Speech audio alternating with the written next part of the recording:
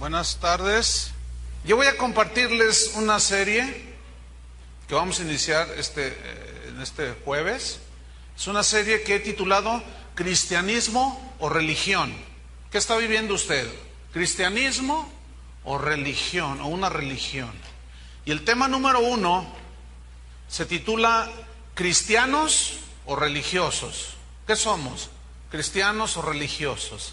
Vamos a estudiar la palabra de Dios.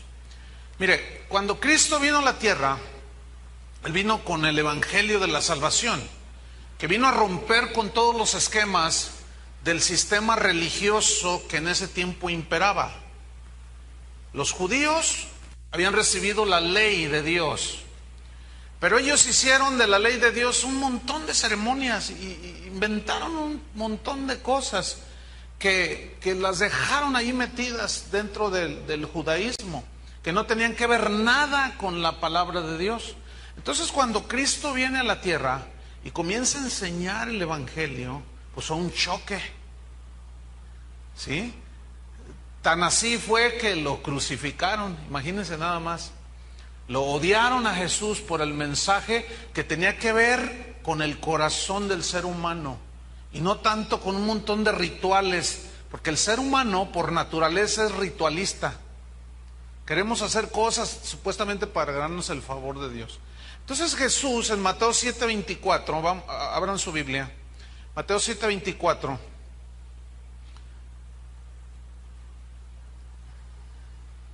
Fíjense lo que Jesús dice aquí. Mateo 7:24 dice así: cualquiera pues que me oye estas palabras, o sea, el evangelio que él estaba predicando, y las hace, le compararé a un hombre prudente que edificó su casa sobre la roca. Descendió lluvia y vinieron ríos y soplaron vientos y golpearon contra aquella casa y no cayó, porque estaba fundada ¿sobre qué? Sobre la roca. Jesús nos habla aquí en este versículo sobre la importancia de oír la palabra y hacer la palabra de Dios. No solamente oír, sino hacer. Él en estos dos versículos nos advierte que las tribulaciones de la vida van a golpear nuestra vida. Nos van a golpear tarde que temprano. Y si estamos bien cimentados en su palabra, al oír y hacer, vamos a permanecer en pie, pase lo que pase. Pero también advierte a aquellos que oyen y no hacen la palabra. Pero de estos no hay aquí, ¿verdad que no? Gracias, Señor. Aquí son puros hacedores de la palabra. Soy el pastor más feliz del mundo y del universo. Bueno, entonces, también Jesús advierte a aquellos que oyen y no hacen la palabra, que también les va a venir tarde o temprano los golpes de la vida, los sinsabores de la vida, y cuando den con fuerza, como no tienen cimiento, su ruina será grande, total. En Mateo 7:26, en el mismo pasaje, pero el versículo 26, aquí Jesús nos lo dice: pero cualquiera que me oye estas palabras y no las hace, le compararé a un hombre insensato que edificó su casa sobre la arena. Y descendió lluvia y vinieron ríos y soplaron vientos y dieron con ímpetu contra aquella casa y cayó, y grande fue su ruina. Entonces aquí Jesús habla por una parte a unos y les dice que oír y hacer su palabra produce una vida estable, produce una vida segura emocionalmente, también espiritualmente. Pero oír y no hacer la palabra de Dios también produce algo, produce un ser interior o una persona inestable, insegura, emocionalmente inestable, insegura, y espiritualmente igual. Entonces no se puede concebir a alguien que dice ser cristiano. ¿Cuántos son cristianos? No se puede concebir a alguien que dice yo soy cristiano y no obedecer a Dios. O sea, no se concibe un cristiano así. Sin embargo, hay personas así, metidas en las iglesias, que oyen mucho, saben hasta, a veces más que el pastor, pero no lo traducen en la vida cotidiana, entonces no tiene ningún efecto. No pasa nada. Y esos son los primeros que al venir los golpes de la vida apostatan de la fe, se alejan, se amarran contra Dios y dicen que todos ustedes son hipócritas. Así juzgan. Pero, ¿qué es lo que pasa con este tipo de oyente? O sea, ¿por qué? ¿Qué sucede como consecuencia en un oyente que está allí sentado en una iglesia y oye, pero no hace? Si dice que es cristiano, pero oye y no hace, si dice que es cristiano, pregunto, entonces ¿de qué se alimenta? Porque un cristiano se entiende que se alimenta de la palabra de Dios. Entonces uno que oye y no hace, entonces, ¿qué está alimentando? Por eso es inestable, por eso no es sólida su vida. ¿De qué se alimenta? ¿De qué nutre su alma, su espíritu? Entonces, al no alimentar su alma, al no alimentar su espíritu con la palabra, pronto vendrá el cansancio espiritual. Pronto vendrá, tarde o temprano, por los sinsabores de la vida que golpean duro, y vendrá el desánimo. Lo va a invadir la debilidad y como consecuencia la ruina total. Entonces, este tipo de oyente, al no vivir la palabra de Dios, pero va a una iglesia, si no vive la palabra, entonces ¿qué vive? ¿Saben cómo empieza a vivir? Comienza a vivir una vida religiosa. No de comunión genuina con Dios, de caminar con Dios, no, sino una vida basada siempre en las buenas obras, en las cosas buenas que pueda hacer, y siempre las hará tratando de ganarse el favor de Dios y las bendiciones de Dios. Y es por eso que escuchamos, el otro día escuché algo que tú dices, wow, qué tremendo, ¿no? De un hombre, esto está ahí en internet, de un hombre que estaba dando testimonio, según él, y decía, yo ya le gané a Cristo y le gané a Moisés y le gané a Elías, porque ellos ayunaron 40 días y yo ya llevo 50. Entonces, y la gente, ¿saben qué hizo la gente? Los hermanitos aplaudieron. O sea, ya le ganó a Cristo. ¿A poco creen que dejando de comer ya son cristianos? También los budistas ayunan. Y los Hare Krishnas están más esbeltos que nosotros. No, hermanos, eso al no vivir la palabra de Dios comienza a traducirse en una vida de actividades ceremoniales y religiosas, pero todo es externo, ¿sí?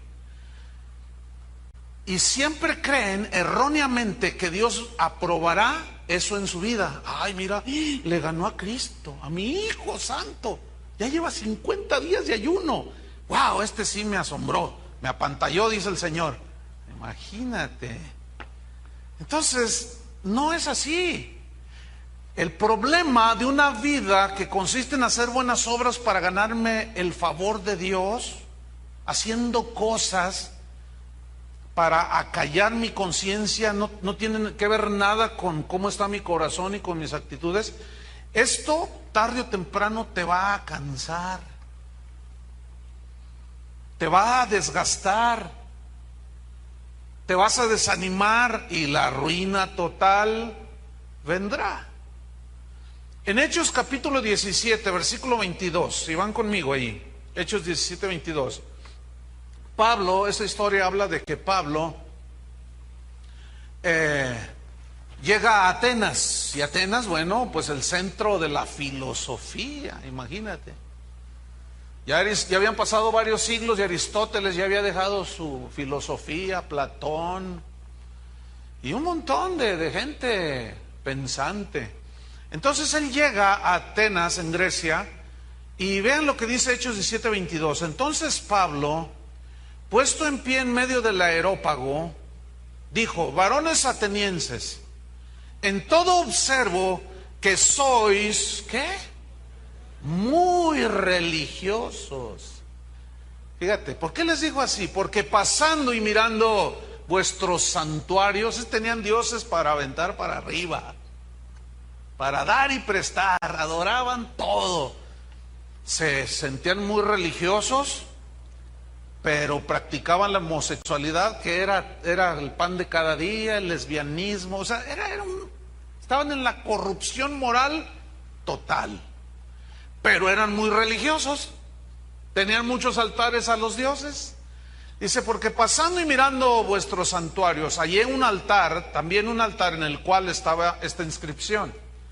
Este altar es dedicado al Dios no conocido, al que pues sin conocerle es a quien yo os anuncio. O sea, adoraban sin conocerle, pero hacían un montón de prácticas religiosas, pensando que aún ese Dios no conocido, bueno, pues no lo conocemos, pero también lo adoramos.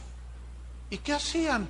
Pura ceremonia, lo define aquí religiosismo, puras cosas externas. Y bueno, la historia dice que Pablo dice, de ese les vengo a hablar, que se aparten de todo esto y que se arrepientan, les dijo. Pero yo quiero enfatizar aquí en esta frase, sois muy religiosos. Porque la palabra religiosos es una palabra griega, deisidaimon, es un poco complicado, deisidaimon, que tiene que ver, fíjate bien, con adoración a demonios. ¿Cómo está eso? ¿Sí? Esa es la definición en el griego. Pero también significa, esta palabra significa lo siguiente, muy supersticiosos. Fíjate qué interesante. Pablo les dice, observo que sois sumamente supersticiosos. Ahora, ¿cuál es la definición de superstición? Déjeme darle la definición que da la Real Academia Española. En sí da 3 definiciones. Número 1, superstición es, ponga atención, la creencia extraña a la fe y contraria a la razón. Creencia extraña a la fe, en este caso a la fe cristiana, y contraria a la razón. Por ejemplo, antes, no hace mucho, 5, 8, 10 años, las iglesias cristianas en general rechazaban prácticas extrañas a la fe cristiana y a la razón. Como por ejemplo, cuando se oía, sabemos que el agua bendita que nos echaban o que echan ahí, que bendecían un local comercial o que compré auto nuevo, échale agua bendita. Y decimos, ay, agua bendita. O sea, ¿qué tiene que ver el agua bendita, por el amor de Dios? Imagínate que se le caiga todo el garrafón encima, la superbendición. Entonces decíamos, pura superstición. Y es superstición. ¿Qué tiene de poder el agua? El asunto es que la gente le atribuye poderes al agua. Imagínate los que viven en el mar, no, pues están súper bendecidos. Y bueno, yo estoy diciendo esto y entiendo perfectamente que a algunos de ustedes les choca lo que estoy diciendo. Ay, ¿por qué dice eso?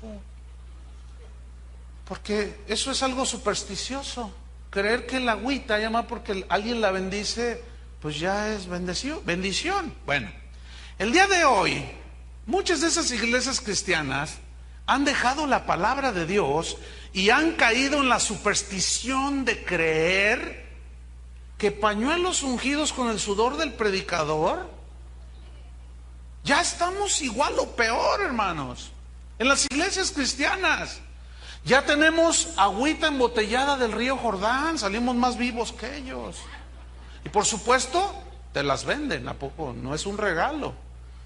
O los simples métodos humanos de supuestas revelaciones extrabíblicas y que solo se reciben muchas de esas bendiciones con supuestamente pactar con Dios por un precio, una cantidad de dinero para hacer de esa manera, traer al mundo visible la bendición de Dios. ¿Saben qué es eso? Pura superstición, pura religiosidad. Mateo 23:23, aquí está claramente definido por nuestro Señor Jesucristo. Mateo 23:23.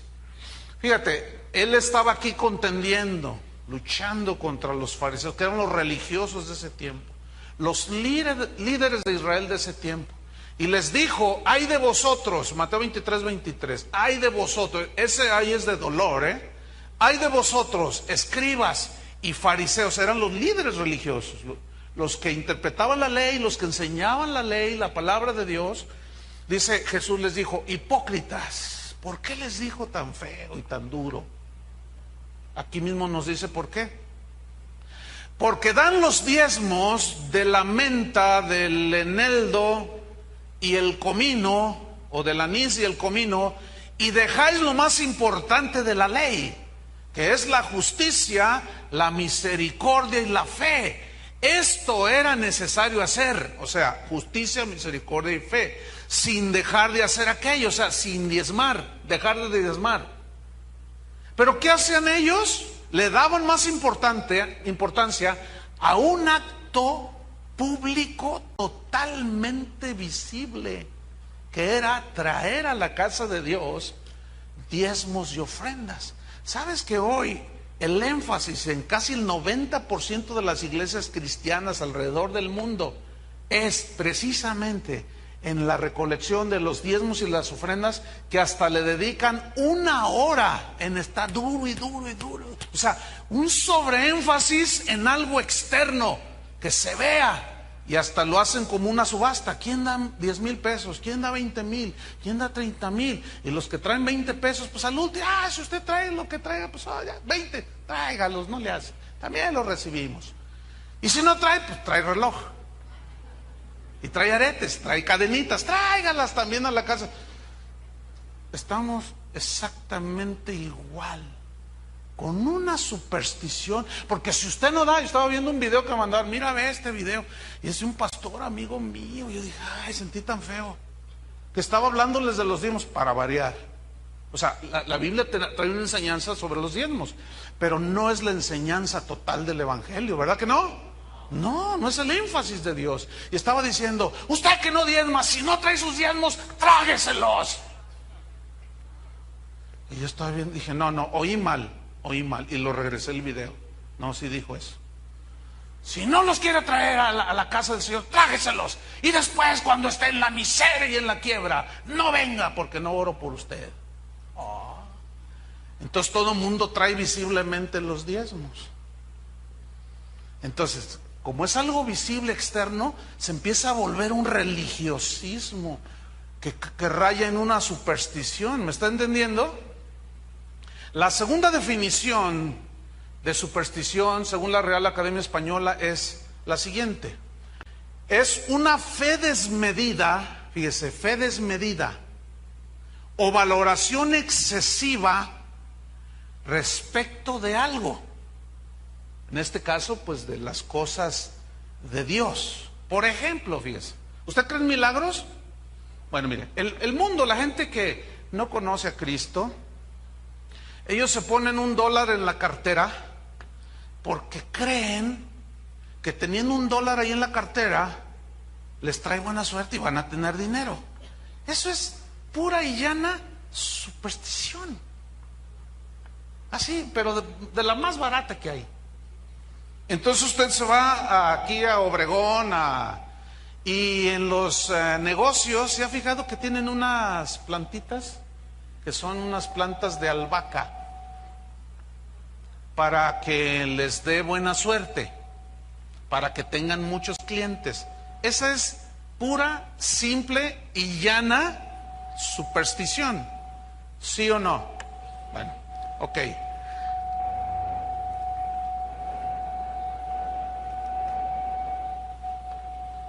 Que le corra, que le corra.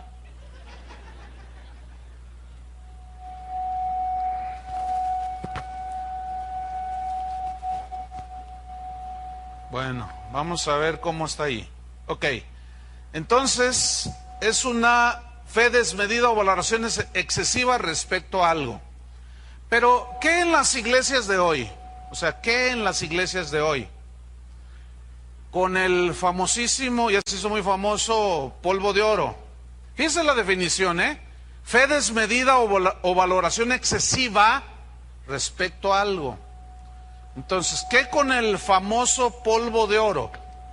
y los diamantes o piedras preciosas que supuestamente descienden del cielo en las reuniones de algunas iglesias cristianas. Pero fíjese, han caído en la superstición de darle a este milagro o fenómeno una valoración excesiva. ¿Cuántos creen en milagros? Yo creo en milagros y he visto un montón en toda mi vida cristiana. Pero cuando hay una valoración excesiva, cuando el énfasis de Cristo nunca fue el aspecto milagroso, el énfasis de Jesús fue en las cosas internas del corazón, en las cosas eternas. Ese fue el énfasis de Jesús.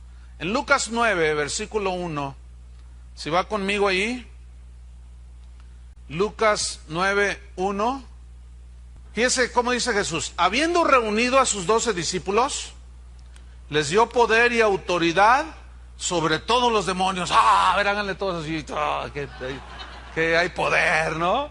Pues hay poder. Yo en lo personal he hecho no sé cuántos exorcismos en mi vida y algunos bien pesados, pero siempre se han ido. Dice, les doy poder, autoridad y autoridad sobre todos los demonios y para sanar enfermedades. Entonces, fíjate, poder y autoridad sobre todos los demonios y para sanar enfermedades. Capítulo 10, versículo 17, del mismo Lucas. Lucas 9, 17. Dice así: Él envió a 70 de sus discípulos. Dice, volvieron los 70 con gozo, diciendo, Señor, aún los demonios se nos sujetan en tu nombre. ¡Wow! Eso está bueno, ¿no? Versículo 18, y les dijo, yo veía a Satanás caer del cielo como un rayo. He aquí os doy potestad de hollar serpientes y escorpiones y sobre toda fuerza del enemigo, y nada os dañará. ¿Cuántos dicen gloria a Dios? Pero fíjate el versículo 20. Pero no os regocijéis de que los espíritus se os sujetan, sino regocijaos en que vuestros nombres están escritos en los cielos. ¿Notan que el énfasis de Jesús es en lo eterno?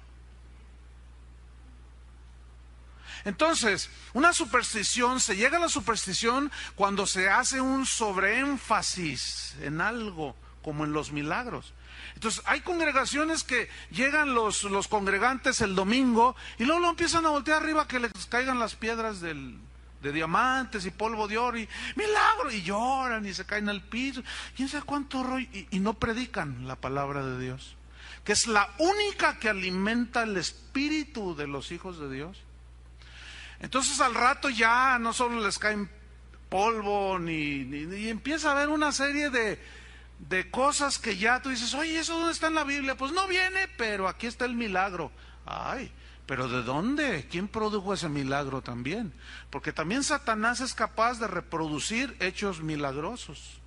Y la tercera de las definiciones de superstición es atribuirle a prácticas puramente externas poderes salvadores.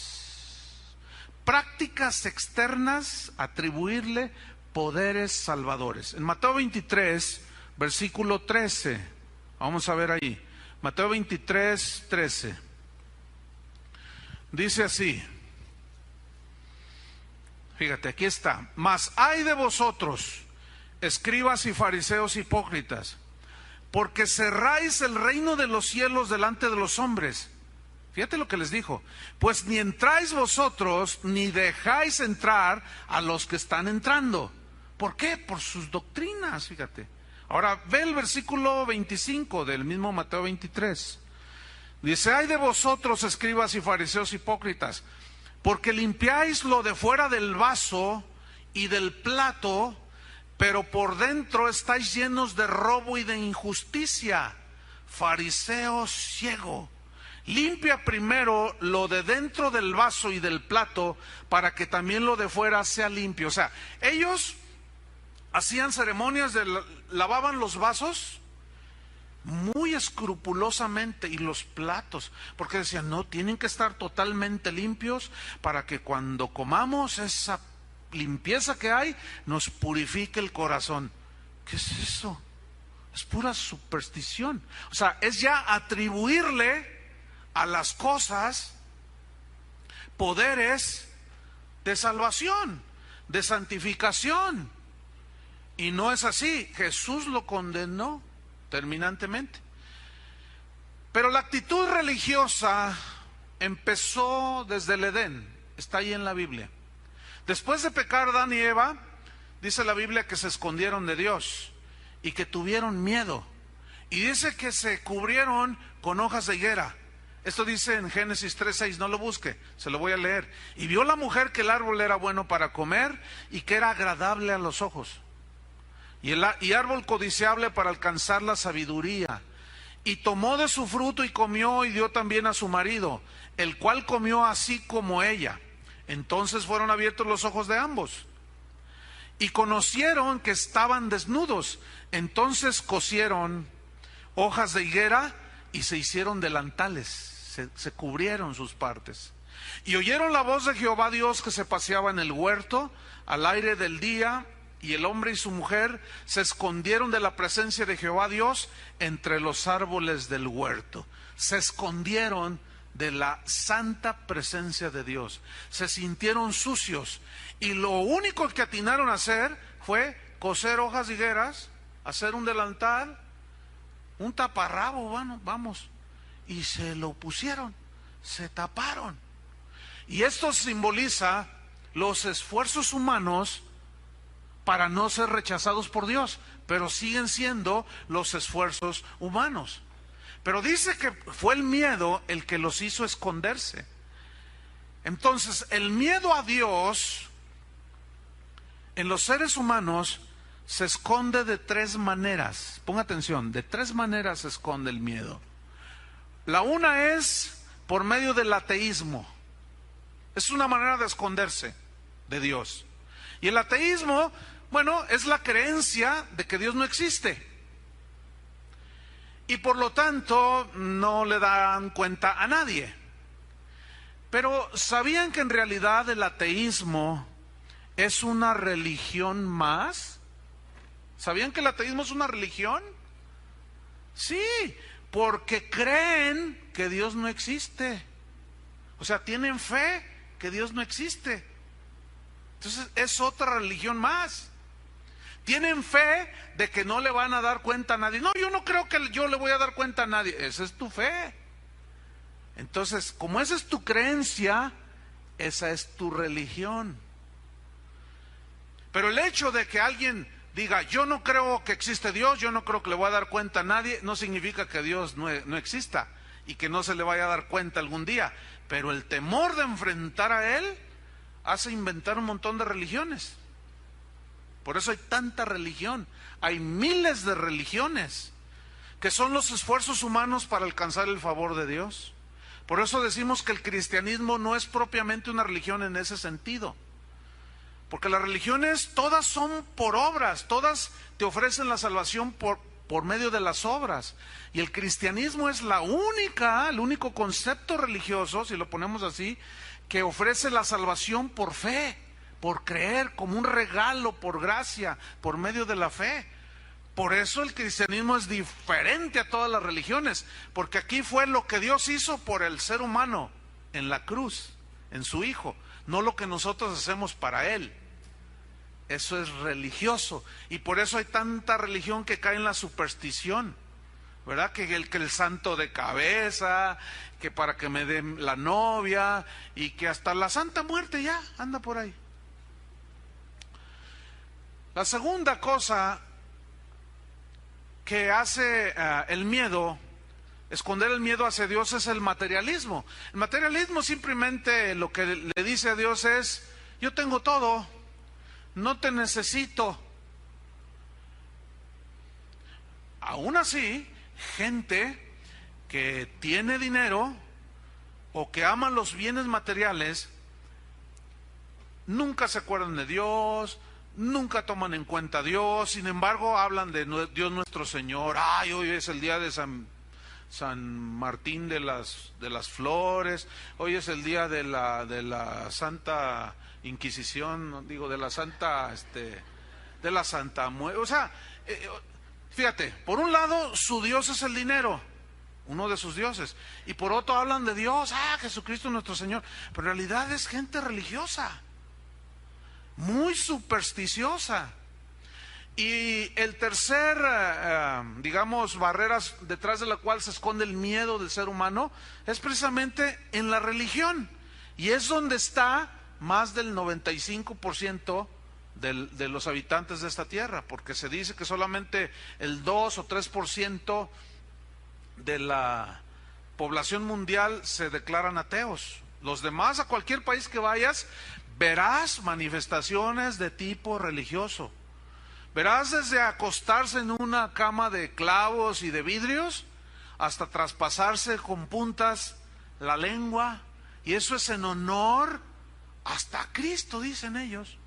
En Manila, Filipinas, en tiempos de Semana Santa, se crucifican literalmente, los traspasan con clavos en la cruz. ¿Tú crees que eso es agradable ante de Dios? La Biblia dice que hubo un solo sacrificio, ya no hay que hacer más. Entonces todo aquel sacrificio, práctica ceremonial o religiosa, que se le dé un atributo de salvación o que yo obtengo la bendición de Dios, es pura religión y es que raya en la superstición. ¿Sí me estoy explicando a pesar de la interrupción? Bueno, seguimos adelante. Entonces la religión son los intentos vanos del ser humano para acercarse a Dios. Yo decía hace un rato, por eso hay cientos de religiones, miles de religiones, porque inventamos nuestras fórmulas mágicas y supersticiosas de cómo acercarnos a Dios, ¿verdad? Dile 5 Padres Nuestros y dile 5 Aves Marías, y eso es allá con los católicos supersticiosos, pero con los cristianos protestantes evangélicos supersticiosos, lee 5 veces el Salmo 23, di en voz alta lo más que puedas el Salmo 91, y estamos exactamente en las mismas.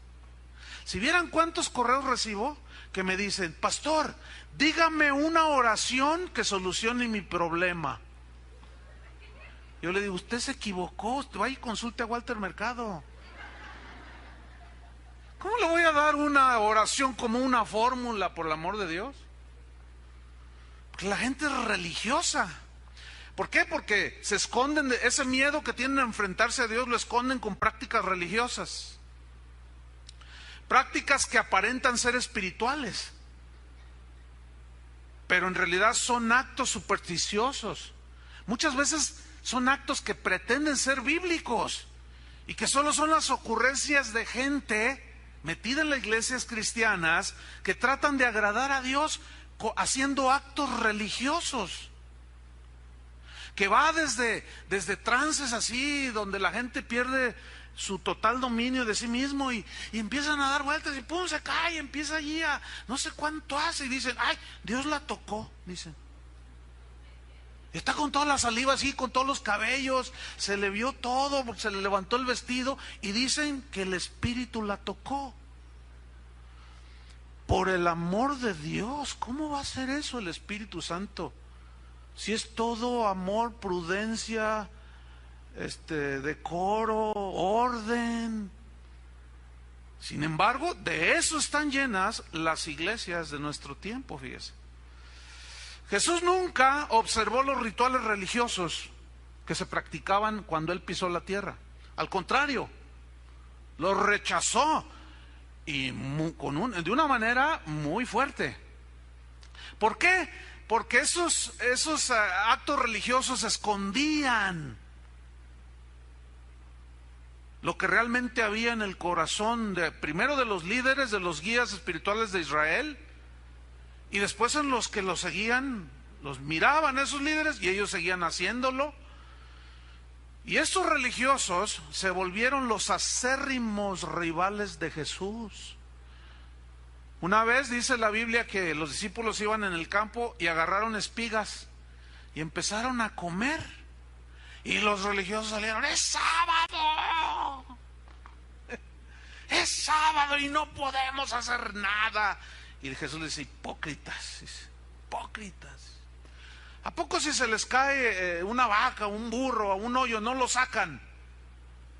Eso les dijo también cuando él había sanado a uno que tenía una mano seca. Pero cuando el pasaje de que ellos estaban comiendo las espigas, dice: ¿nunca leyeron en las escrituras que David entró y comió del pan que solamente el sacerdote podía comer? Tenía hambre. Pero le atribuyen a las prácticas religiosas todos esos poderes que caen en la superstición. ¿Cuántos cristianos hay aquí? ¿Cuántos supersticiosos? Que a fin de cuentas son religiosos, no conocen a Dios. Algunos creen que es por el simple hecho de venir a una iglesia cristiana ya son cristianos. No, pero para nada. Olvídelo, eso no es el cristianismo. Esta gente se volvieron los más acérrimos rivales de Jesús. Y exactamente es lo que sucede el día de hoy. Los supersticiosos, entiéndase, religiosos de hoy, los supersticiosos del siglo XXI se vuelven acérrimos enemigos de aquellos que quieren vivir la palabra de Dios. Y sucede exactamente lo que sucedió en los tiempos de Jesús. Entonces tú les dices: oye, debemos de guardarnos del mundo, tenemos que vivir en... fíjate cómo han cambiado los conceptos. Te dicen: lo que pasa es que tú eres muy religioso, te dicen. Ahora el concepto de ser religioso, fíjate cómo lo han ido cambiando. Ahora resulta que ser religioso es querer vivir obedeciendo a Dios. Hazme favor. Pero déjenme decirles, lo que no pueden cambiar es la palabra de Dios. Y la palabra de Dios...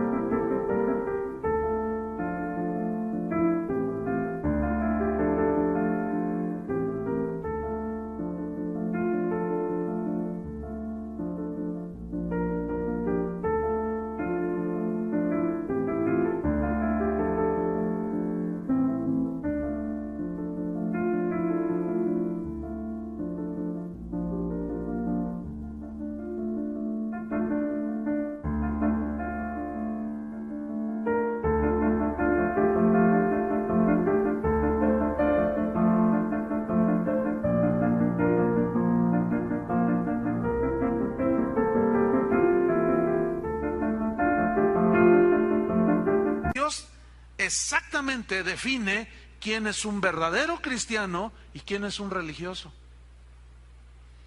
Y nosotros nos basamos en lo que dice la palabra de Dios. Fíjate, en la versión Palabra de Dios para Todos, en Santiago 1:26 se lee así. Escuchen: si alguien se cree religioso, pero no controla sus palabras, se engaña a sí mismo y su religión no vale nada. ¿Más claro que eso? Porque hay muchos que van a las iglesias que dicen: miren, los niños, esos ustedes saben que dicen que los niños dicen la verdad, ¿no? Allá los maestros, a nosotros como pastores a veces nos comentan: ay, fíjate que hay niños echan vigas bien tremendas, unas palabrotas, y luego, no diga eso. Sí dice mi papá. Te descubren, religioso. Y ellos están allá aprendiendo la palabra y usted está acá oyendo, pero oye y le sale por acá. Y dice: no, mi papá y mamá, así hablan algunos. Es que yo soy del norte, pastor, y los del norte somos muy francos. Ahora a la vulgaridad le dicen franqueza. Fíjese cómo han cambiado las cosas. Eso es puro religiosismo, hermano. Su religión no vale de nada, no le ayuda de nada. Usted simplemente, como dice Santiago, se está engañando. Y luego dice el versículo 27: la religión pura y sin contaminación que Dios acepta es esta: ayudar a los huérfanos y a las viudas en sus dificultades, y no dejarse influenciar por la maldad del mundo. Ahí está, bien claro. Entonces, hay cristianos hoy que quieren vivir como el mundo, o supuestos cristianos que quieren vivir como vive el mundo. Y hay cristianos nacidos de nuevo que quieren vivir como Cristo y el Evangelio y la palabra de Dios establece que debemos de vivir. Entonces tú le llamas la atención o le dices a un cristiano de esos que viven como si no fueran cristianos, que se congenian con el mundo, y le dices, oye, no, pues ¿cómo que tú haces esto? Y te dice, es la libertad que tengo en Cristo. Tú eres un religioso, te dicen. Eres un legalista, te dicen. O sea, hay una confusión tal que ya las definiciones andan por todos lados. Ya pocos cristianos, al apartarnos de la Biblia, entendemos esto. Bueno, a esos intentos supersticiosos de seguir a Dios, ¿saben cómo les llamó Jesús? Las tradiciones de los hombres. Busquen su Biblia, Marcos 7:1. Esos intentos religiosos, supersticiosos, de fórmulas, de ceremonias, de prácticas que no tienen ningún poder de transformar el corazón, y que en el tiempo de Jesús vivían, y que hoy se repite la historia. Jesús los llamó las tradiciones de los hombres. Tưởng vào duyên số nhưng nếu em cho số đảm bảo mình nên duyên đấy. Từ khi gặp em Google hết tác dụng bởi em là tất cả những gì anh cần tìm, giống một kho báu để ngăn người khác đụng tới. Đối đầu thế giới anh cũng sẵn sàng cân tín, ghét phải lặng im coi em như cô bạn. Nỗi nhớ đong đầy bao giờ mới khô cạn, khoảnh khắc bên nhau thời gian như ngừng trôi vì em sở hữu sự hấp dẫn vô hạn. Yêu đơn phương cảm giác khó đọc tên, mọi thứ mù mịt giống như đứng trước bão. Mãi hy vọng chờ đợi ngóng trông đến ngày nụ hôn đó sẽ một lần được trao. Hương thơm ngọt ngào vương trên mái tóc em gây nghiện cực mạnh, anh ngày đêm ước ao. Quỳnh là loài hoa đẹp nhất trong bóng đêm, cuộc đời này u tối đang cần em bước vào. Đưa cho anh cái bản đồ vì anh sắp lạc bên trong đôi mắt kia. Hãy đưa cho anh cuốn từ điển vì cảm xúc. Marcos capítulo 7 versículo 1 dice: Se juntaron a Jesús los fariseos y algunos de los escribas que habían venido de Jerusalén, los cuales, viendo a algunos de los discípulos de Jesús comer pan con manos inmundas, o sea, sin lavarse las manos, esto es, no lavadas, los condenaban. ¿No les pusimos el gel ahí a la entrada? Mire, qué interesante. Es como si nosotros dijéramos, póngase gel al entrar, porque ese gel va a purificar nuestra alma y corazón. Si Toño dijera esto en los anuncios, se reían así, así sabroso como se rieron ahorita, ¿no? Nos estaba bromeando. Bueno, eso es exactamente lo que hacían los religiosos de ese tiempo. Como sus discípulos, dice, comen pan sin lavarse las manos, y los condenaban. ¿Por qué? Porque ellos le atribuían poderes a una práctica simplemente de higiene. Versículo 3, porque los fariseos y todos los judíos, aferrándose a la tradición de los ancianos, si muchas veces no se lavan las manos, no comen. No, porque me contamino mi espíritu, mi corazón. Jesús les dijo, no se hagan tontos. Comer con las manos lavadas los alimentos no contamina el corazón. Lo que contamina no es lo que entra por comer cosas, o sea, hablando espiritualmente, dice, sino lo que sale del corazón, eso es lo que contamina al hombre, porque del corazón salen los robos, los adulterios, las fornicaciones, los fraudes. ¿De dónde salen? Del corazón. Pero lavarse con las manos, comer con las manos no lavadas, eso no contamina al hombre. Entonces Jesús les dice, dice el versículo 3, que se aferraban hasta con las uñas. ¿De qué? De la tradición de los ancianos. Entonces aquí la palabra tradición viene de una palabra griega, paradidomi, que significa rendirse, significa ceder, confiar. También significa transmitir, enseñar, significa también entregarse, y también significa exponer. Ahora, ¿rendirse a qué? A las supersticiones de los líderes religiosos, que les decían, si ustedes guardan el día de San Juan, les va a llover en su milpa. Si ustedes vienen a todo el día de ayuno el próximo domingo, Dios les va a dar un carro nuevo, y si les da el carro nuevo, ustedes son bendecidos de Dios. Entonces la gente ahí está, ayunando, dejando de hacer cosas, comiendo unas, dejando de comer otras, puras supersticiones. Entonces, ¿qué hacen? Se rinden ante esas doctrinas y enseñanzas de los hombres, ceden, confían, y luego las transmiten a sus hijos. Es un desastre, hermano.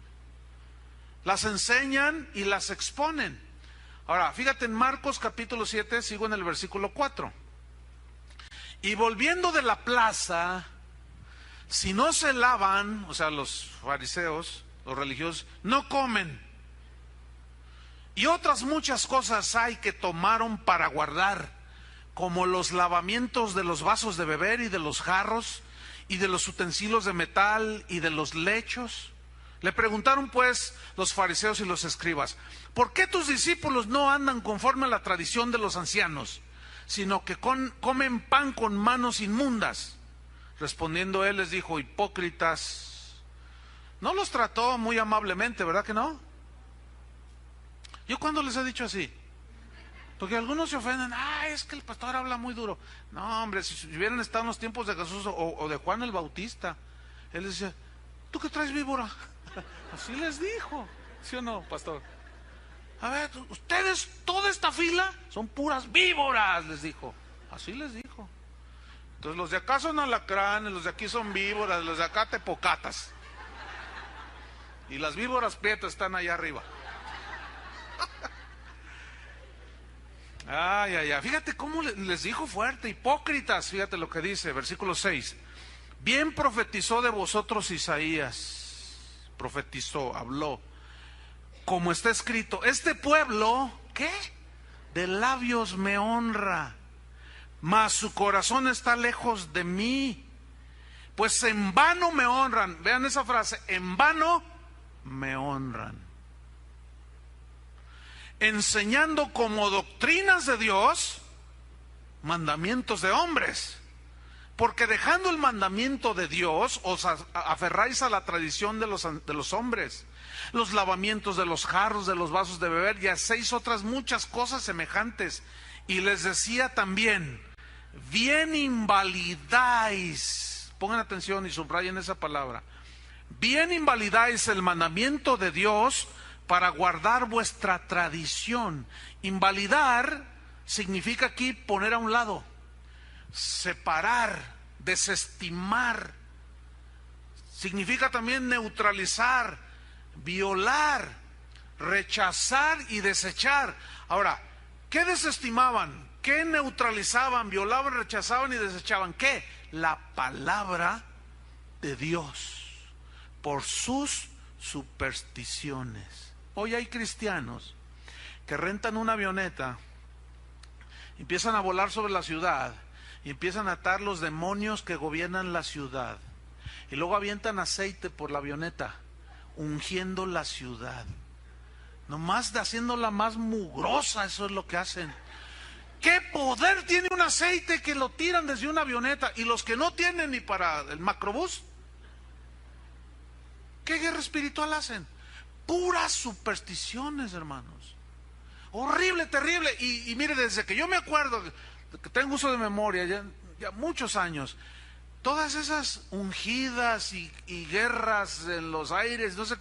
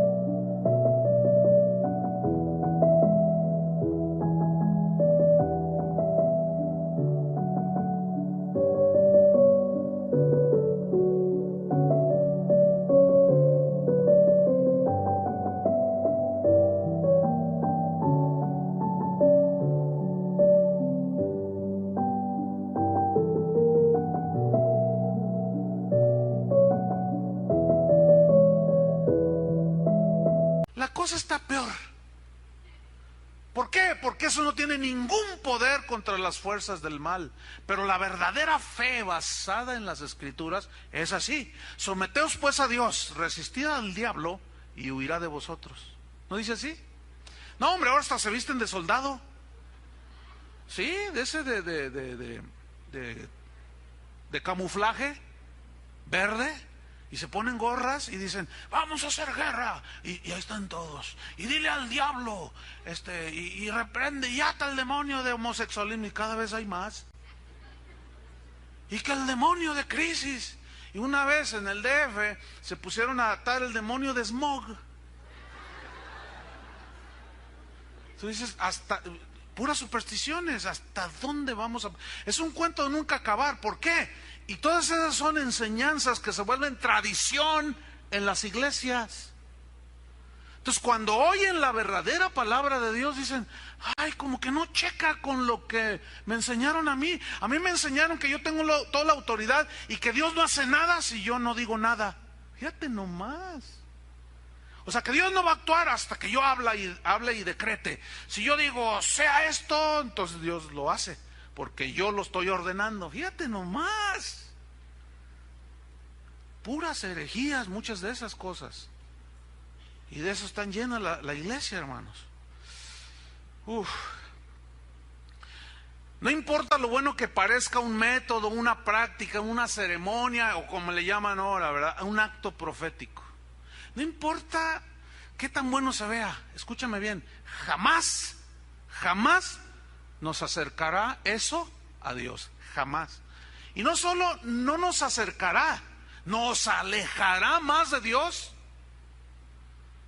nos alejará más del verdadero significado del cristianismo y de la verdadera vida espiritual, y nos haremos como los atenienses, muy religiosos.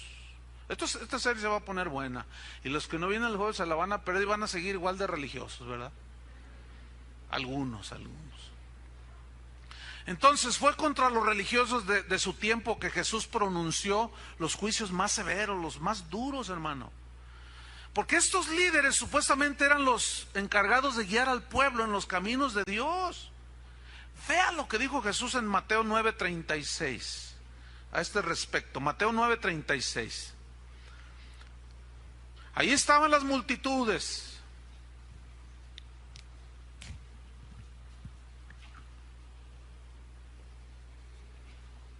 Dice así, Mateo 9:36.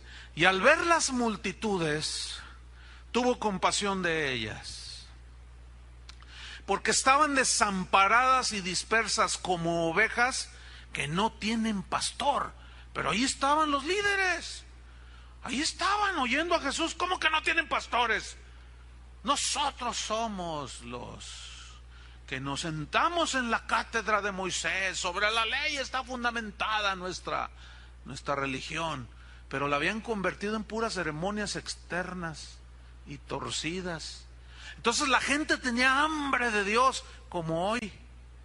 Pero lo único que reciben, desgraciadamente, en muchos lugares es pura tradición de los hombres. O sea, pura enseñanza y supersticiones de los hombres, que no es la palabra de Dios. Por eso esos cristianos están débiles, desfallecidos, desanimados, porque no tienen sustento. Vienen los golpes de la vida y se caen bien rápido, porque no tienen palabra. ¿Me entiende? Ahí está la importancia de estudiar la palabra de Dios. Entonces dice, y al ver las multitudes tuvo compasión de ellas, porque estaban desamparadas y dispersas como ovejas que no tienen pastor. Entonces dijo a sus discípulos, a la verdad la mies es mucha, mas los obreros pocos.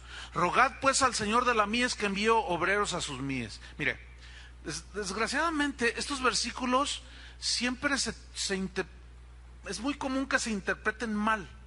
Siempre que se quiere ir a evangelizar o se quiere ir a hablarle a la gente del evangelio, dicen, es que la mies es mucha, mas los obreros son pocos. Vamos a orar que el Señor envíe obreros a su mies.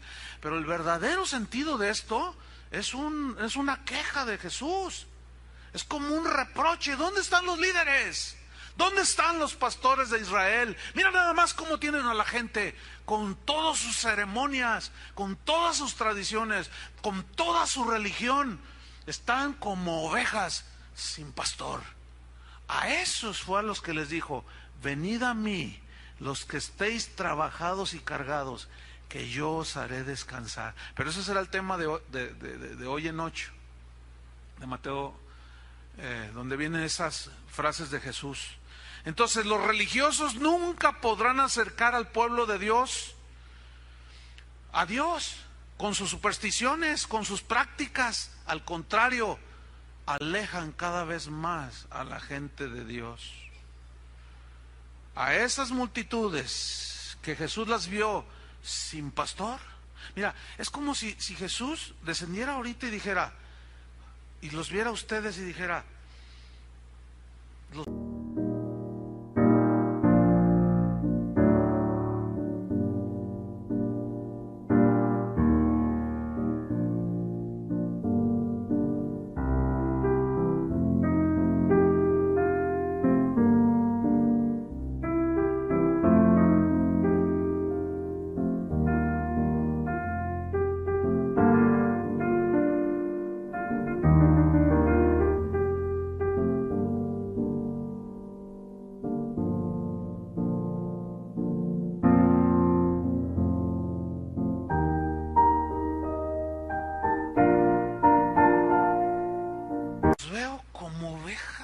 pastor, no saben distinguir entre lo bueno y lo malo, no saben distinguir entre lo santo y lo profano. Y luego se voltea conmigo y me dice, ¿qué les has enseñado? Estas ovejas no tienen pastor, te puse a pastorearlas y alimentar.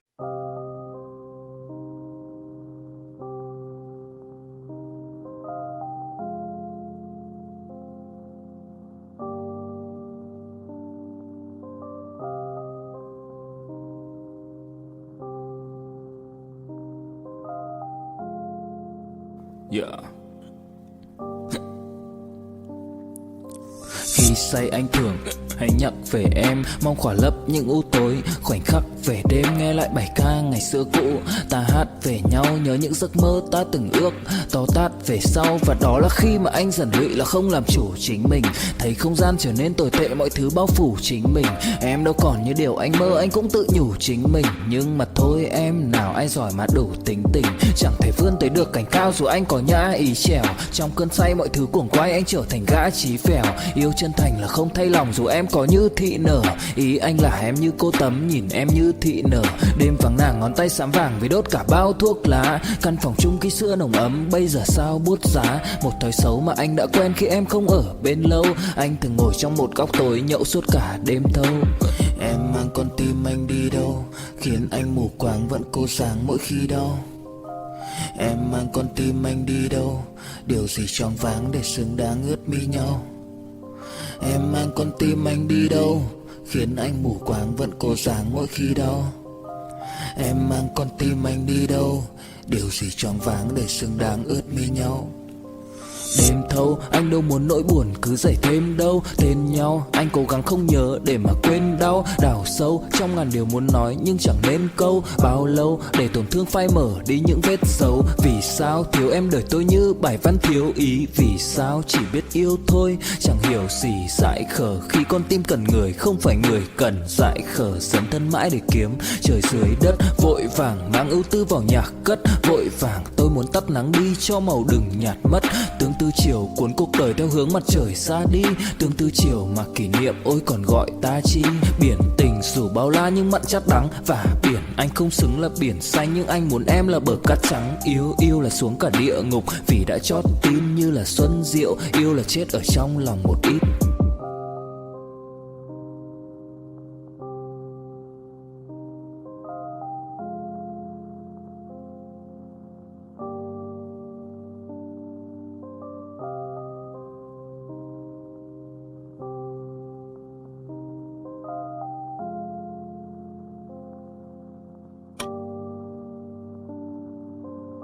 ¿Qué has hecho? Señor, pues es que yo les traía los mejores comediantes, les traía los conciertos de moda acá, que se divirtieran los hermanos. Fíjate, ahora que estuve en los Estados Unidos este fin de semana pasado, un matrimonio, líderes de alabanza de una congregación llorando. Si usted los hubiera visto, cómo lloraban. Dice, pastor, ¿qué hacemos? porque el pastor nos dijo, ya no vamos a adorar a Dios. Ahora va a ser pura música de alegría. Vamos a divertir a los que vienen, porque la gente necesita divertirse. Hágame usted favor. Y yo me quedé así esperando, ¿no? Así y pues nos puso ahí a hacer show para divertir a la gente. Dice, y ya no va a haber predicación, ahora va a haber historias que van a divertir a la gente para que se vaya contenta la gente. ¿Y qué hicieron ustedes? Dicen, no, pues vamos a renunciar de esa iglesia. Esa no se llama iglesia, le dije. Y ya te tardaste, le dije. Ustedes necesitan, fíjate nada más, el pastor que Dios lo puso para alimentar a las ovejas, se dedica a divertirlos y a que se pasen un lindo tiempo en la casa del Señor, sin hablarles las palabras, nada más dice, mire, el pastor predicó hasta la predicación y la rebajó a media hora, puros chistes, dice. Es espantoso, hermano, lo que estamos viviendo.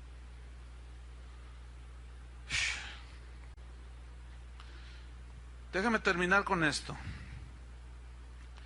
Le voy a nombrar a continuación, así rápidamente, algunos personajes en la historia universal que dieron algunas definiciones o algunos pensamientos respecto al Evangelio, a la palabra de Dios. Por ejemplo, Immanuel Kant, que fue un filósofo alemán, dijo lo siguiente: la existencia de la Biblia como un libro para el pueblo es el mayor beneficio que ha experimentado la raza humana. Ese pensamiento está muy acertado, aunque en otras cosas él pues, traía unas filosofías medias raras, ¿no? Pero dijo una verdad. Ahí algo, cuando él leyó la Biblia, se encontró con lo mejor que haya experimentado la raza humana. Thomas Jefferson, que fue un estadista norteamericano, dijo: siempre he dicho y diré que el estudio de la Biblia hará mejores ciudadanos, mejores padres y mejores esposos. Yo digo amén. ¿Cuántos dicen amén? Fíjate, mejores esposos, mejores padres, mejores ciudadanos.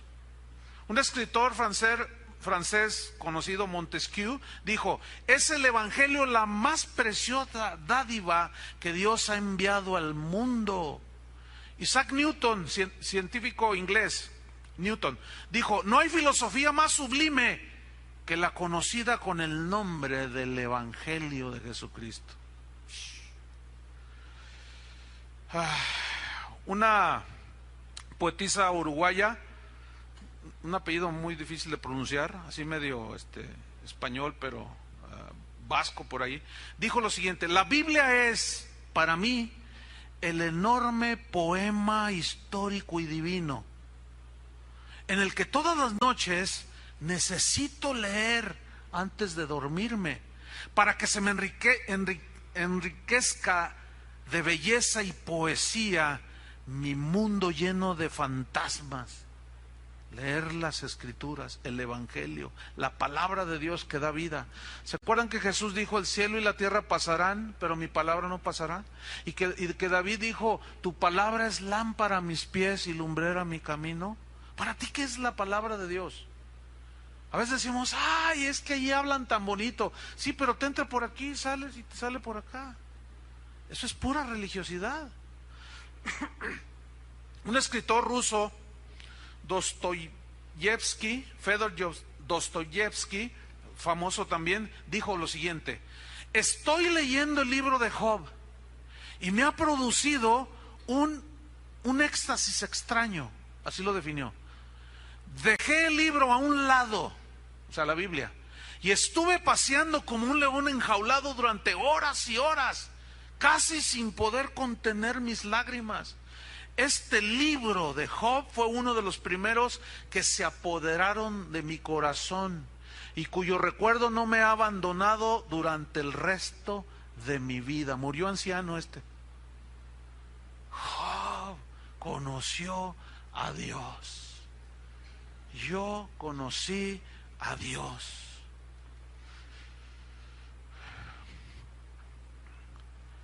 Jacob Rousseau dijo: la majestad de las Escrituras me asombra.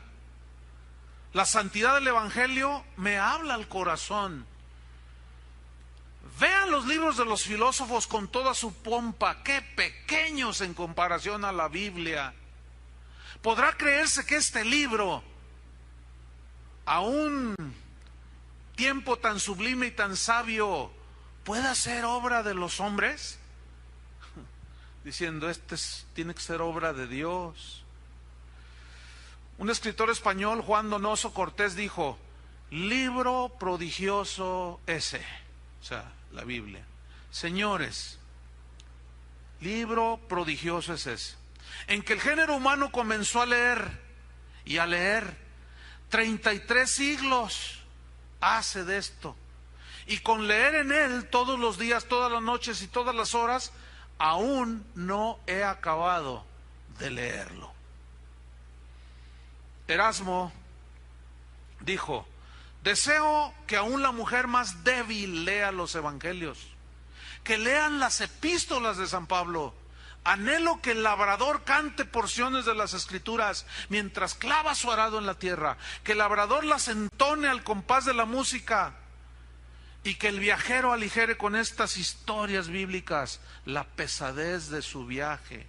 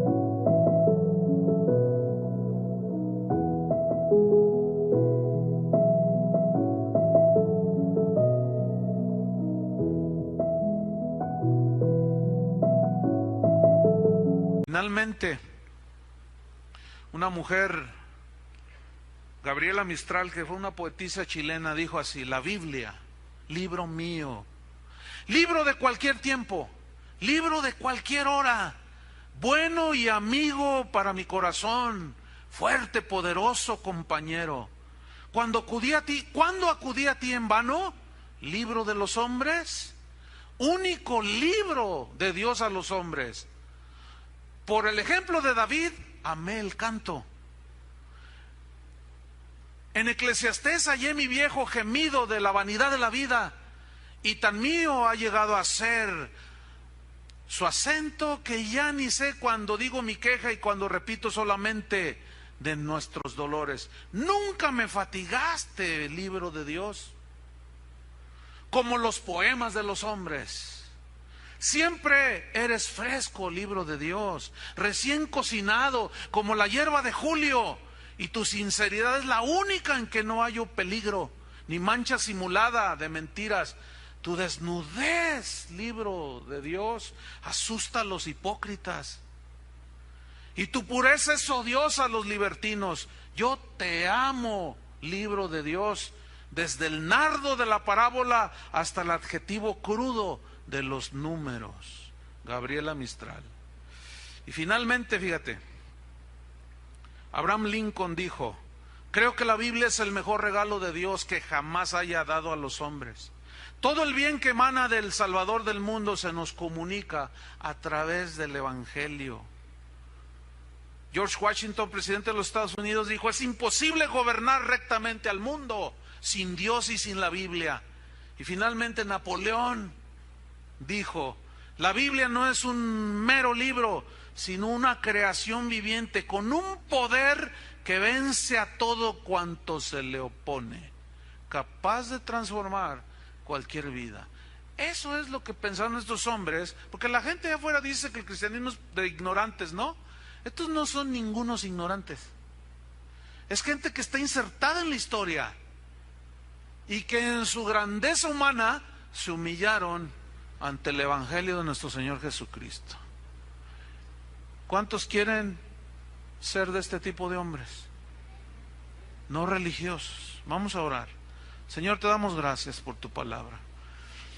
Gracias, Señor, porque tú siempre en ese libro maravilloso hablas al corazón. Gracias, Dios, porque en Cristo Jesús viniste a darnos una nueva vida. Una vida nueva que es poderosa cuando oímos el Evangelio y lo hacemos. Porque es capaz de cambiar al hombre más violento, al hombre más perverso, a la mujer más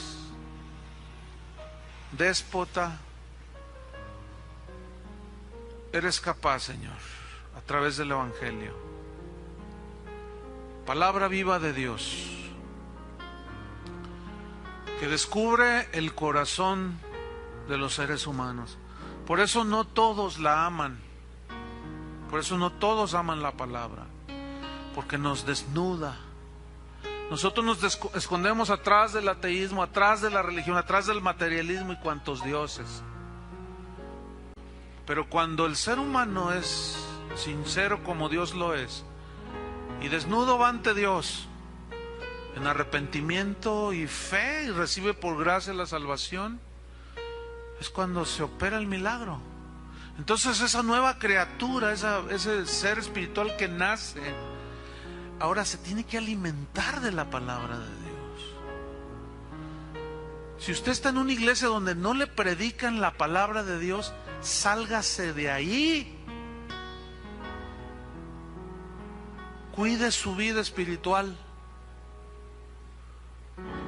Pero usted puede estar incrustado ahí también, en una iglesia, pretendiendo ser cristiano, cuando la verdad de las cosas es que es pura religión. Levantamos las manos, sabemos cantar, sabemos decir amén, y un montón de cosas que al rato decimos, levanto mis manos, bueno, siento bonito, y al rato ya les das un poder supersticioso a levantar tus manos.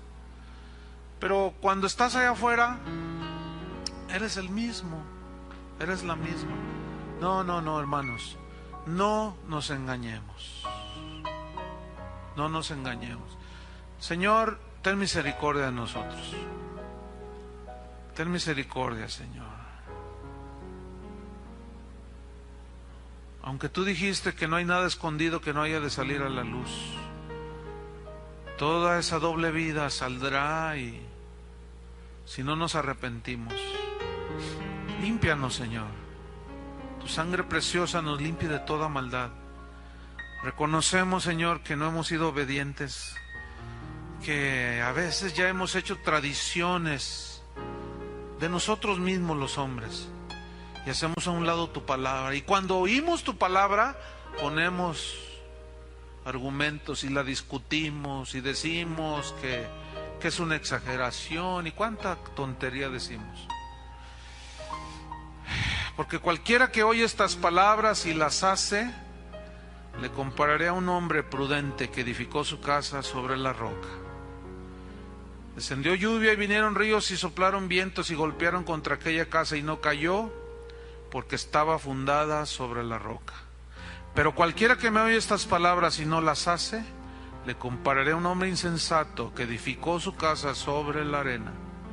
Descendió lluvia y vinieron ríos, soplaron vientos y dieron con ímpetu contra aquella casa, y cayó, y grande fue su ruina. ¿Qué eres? ¿Cristiano o religioso? Gracias te damos, Señor, en el nombre de Jesús. Que Dios los guarde a todos.